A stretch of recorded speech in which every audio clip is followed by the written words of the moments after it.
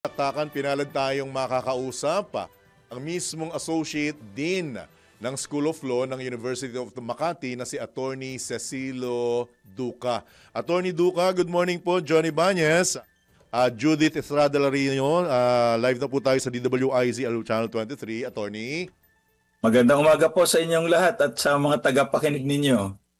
Right. Good morning. Okay. Morning po. Direktang katanungan na po, Attorney Duca, sa ilalim po ng ating saligang batas, ano po ba ang mga pangunahing duties and responsibilities ng isang vice-presidente ng bansa? Go ahead po, Attorney.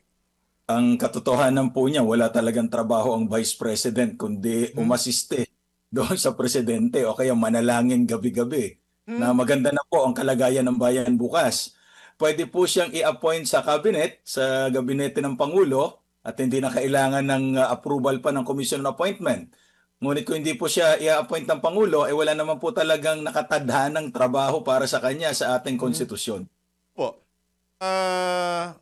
yung tinatawag na spare tire, ating Juday, yung po ba talaga, hindi po ba parang pangmamaliit, quote-unquote, sa trabaho or responsibilidad ng vice-presidente yung tawaging spare tire, Attorney Duca?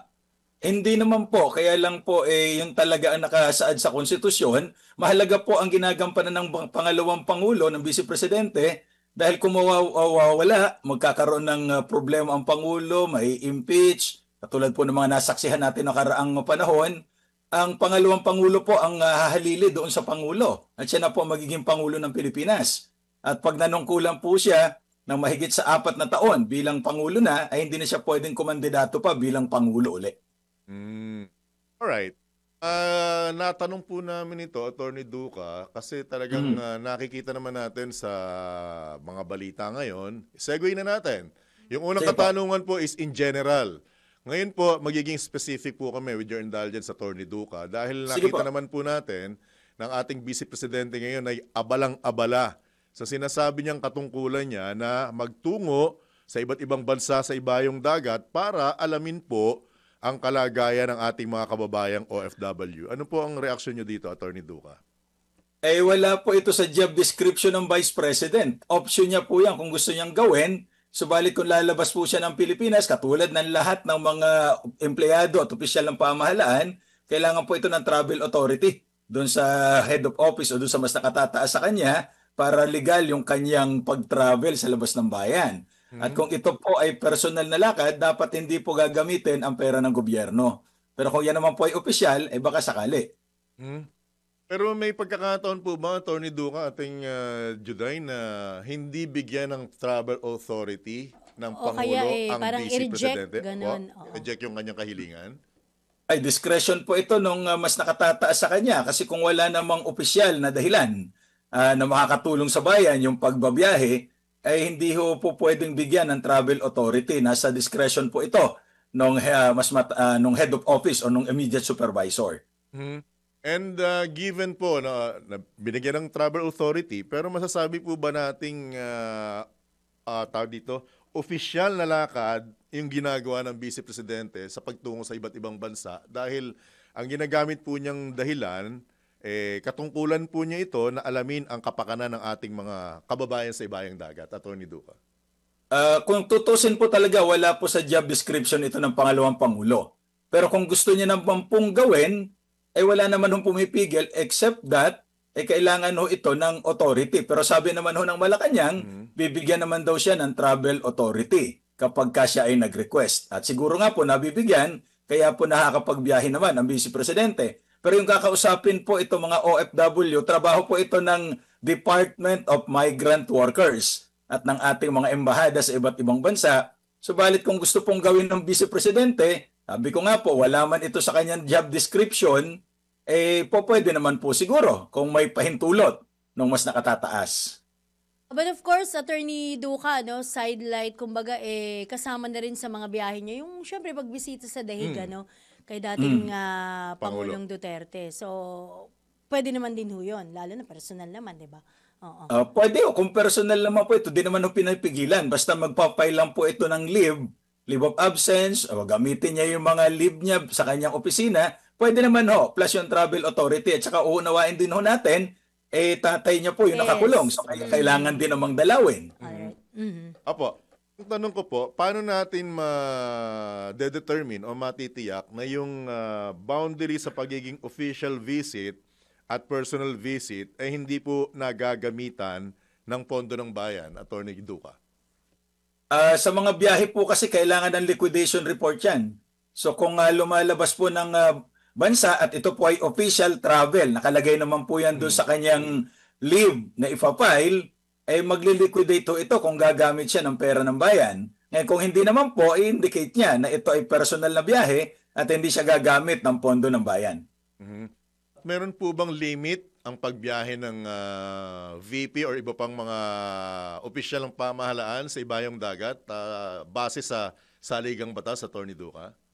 Ayon po sa ating Rules on Administrative Cases in the Civil Service o yung RACS at saka sa Civil Service Law, dapat po lahat ng biyahe na yan ay opisyal at may pahintulot ng opisina. Ngayon po kung personal po ito, gagamitin niya yung kanyang leave at may limitasyon din po. Kasi kung opisyal na travel po yan, may mga amount lang ho. Halimbawa po yung sa accommodation, meron pong itinatadhan ng halaga. Saang hotel ka pupunta, magkano yung gagastusin. May mga ganyan po sa mga empleyado ng gobyerno. Ganun din ho sana sa mga opisyal.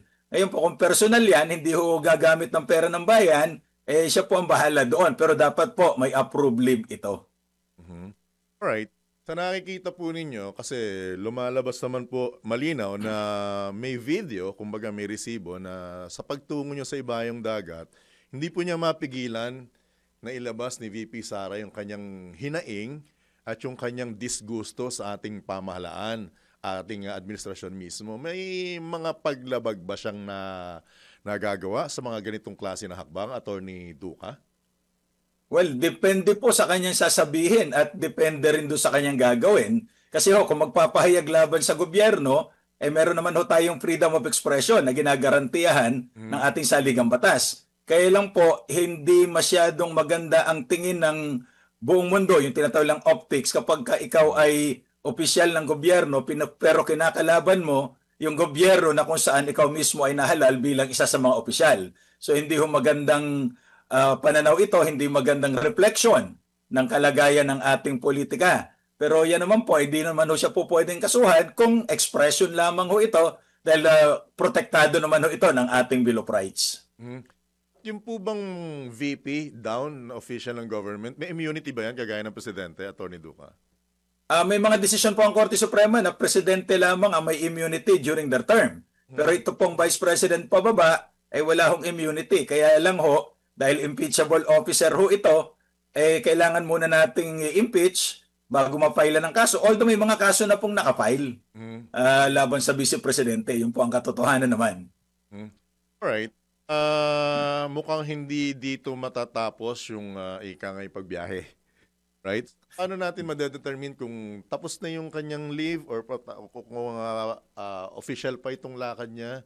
Sino pwedeng pwede namang ordinaryong mamamayan na taxpayer ang magtanong ng direkta sa tanggapan ng Vice President? O kung may Attorney? record siguro. O kung meron, o resibo, Attorney Duca? Meron po. Pwede po tayo magtanong sapagkat kailangan nating malaman kung ginagamit po ang pera ng bayan kasi mga taxpayers po tayo So itatanong ho natin ito doon sa kanyang opisina or sa Office of the Ombudsman. Baka ho may record.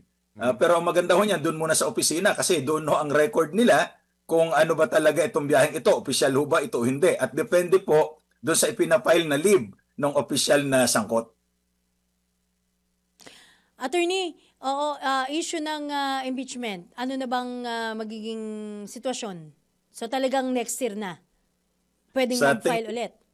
Opo, sa tingin ko, nakapag-file na po ng motion for reconsideration ang House of Representatives at may mga nag-file pa po ng motion for intervention. So aantayin ho natin ang final na desisyon ng Korte Suprema dahil baka naman po mapagbigyan. Pero sa karanasan ko lang po, kapag unanimous ang botohan ng Supreme Court, ay hindi na po nababaliktad ang mga desisyon. Kaya lang po, well, miracles do happen. Alright.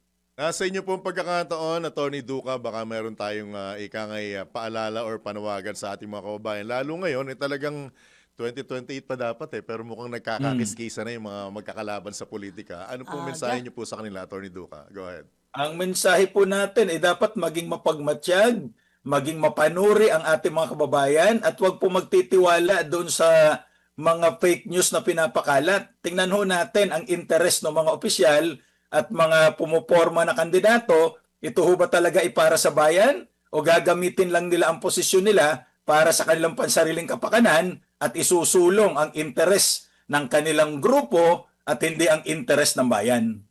Alright. That, Attorney Duca, kami po yung uunahan ka na namin sa mga susunod na pagkakataon. Tatawag kami. Pag kailangan namin ng kaliwanagan sa usaping legal, muli ka po namin gagambalain. Maraming salamat po, Attorney Duca. Maraming salamat din po. Right. Doc, sir, good morning. Good morning. Thank you po. Morning po. Right. Ito po mga kabalitan, kabalitaktakan, ang Associate Dean ng School of Law ng University of Makati na si Attorney Cecilio Duca.